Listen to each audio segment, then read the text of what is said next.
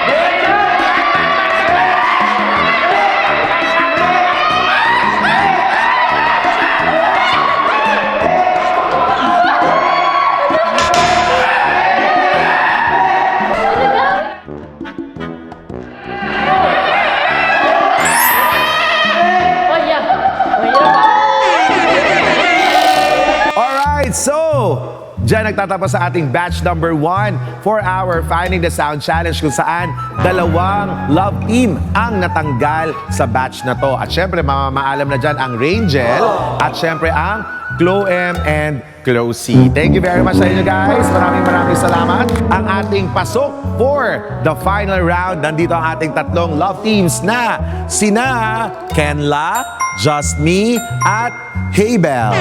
Alright. Sila ang papasok sa ating final round. Kaya, abangan natin ngayon ang ating batch number 2. Sino kaya sa kanila ang magwawagi? Abangan natin yan sa takdang panahon. Alright, so, eto na mga kaibigan, kasama ko na ngayon ang ating batch number 2 kung saan sila naman ang susunod na sasalang sa ating Finding the Sounds Challenge. Pero, 4 na love team lang ang meron dito no? Kailangan 5 sila. Kasi 5 yung naglaro sa batch number 1. So para makumpleto talagang equal at patas sa patas ang laban na to, magsasali pa tayo ng isa pang, hindi naman sila love team, pero part sila of that love team. Wala lang talaga yung ka-love team nilang babae na si Glyza. Kasi may exams, di ba? Pero syempre, isasali natin itong dalawa na to. Kasi dito sa Radcam family, pamilya tayo dito. Walang left out dito. Alright? So tawagin na natin sina Miguel and Ernest. Sila ang Mignes. Alamin na natin kung ano ba ang kanilang mga animal sounds na ipe-perform ngayong challenge na to. Okay, unahin natin ang Brishna. Brishna, ano bang animal sounds kayo? Pig or baboy? Paano ba ang sounds and action ng baboy? Oink, oink, oink, oink, oink, oink, oink. Alright, oink, oink, oink, oink, oink. How about for Jana? Ibon po. Ibon or bird? Paano naman ang bird sound? Tweet, tweet, tweet, tweet, tweet, tweet, tweet, tweet, tweet. Alright, so after Jana, andito rin naman ang Milyara. So Milyara, ano ba ang animal sounds nyo? Dog po. Dog or aso? Paano ba ang action and sounds ng dog? Alright, thank you very much, Milyara. At syempre, nandito rin ang John Lu. John Lu, ano ba ang inyong animal sounds and actions? Baka or cow? Paano yon? Moo! Moo! Alright, sige. At syempre, ang ating ipinasok para makomplete ang ating batch na to, andito sina Ernest at Miguel, ang Mignes. O, paano naman ang inyong, ano ang actions nyo at ang inyong ayop? Ano, unggoy! Patingin nga. Ready? Go! Grabe! Ang galing! Kung merong ang theory ang ating mga sinaunang tao na ang tao daw ay galing sa unggoy, mukhang sila papunta pa lang. Alright, so eto na. Ready na natin ang ating mga players for this batch number 2. Here we go! Alright, so andito na ang ating mga players sa ating battlefield kung saan sa ilang saglit lang, umpisa na natin ang paghahanap ng kanilang mga kapartners. So kung ready na kayo, I think ready na sila. Ready na ba kayo? Alright, so huwag na nating patagalin pa. Let the game begin!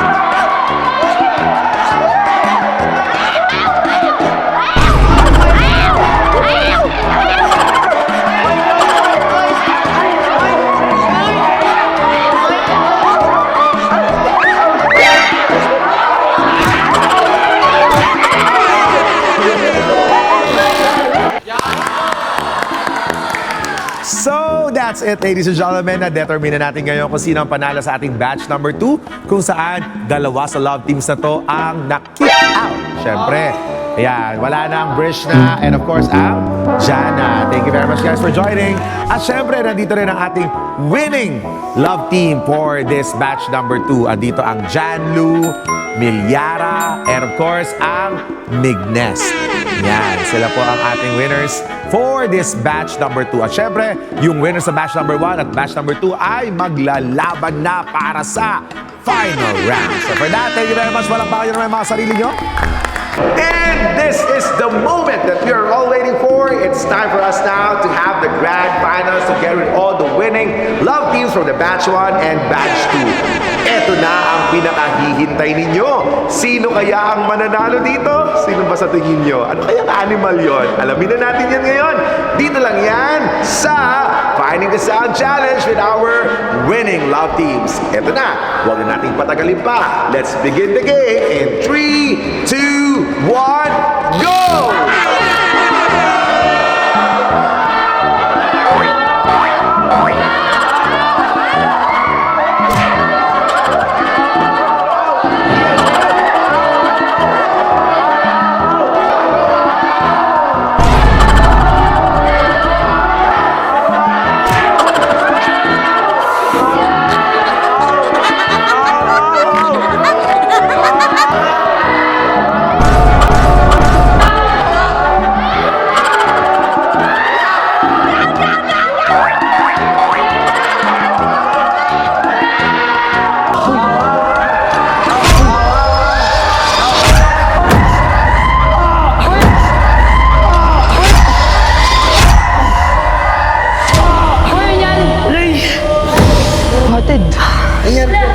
Miss, ano? Okay ka lang ba? Hindi, Mitch. Ano? Saan masakit? Dito? Dito? Ray. Saan pa? Wala na. Ito lang. Ito. Ito lang. Dito. Dito. Masakit. Ano? Makakatayo ka ba? Hindi, parang may Ano? pumatid sa akin eh. May pumatid sa'yo.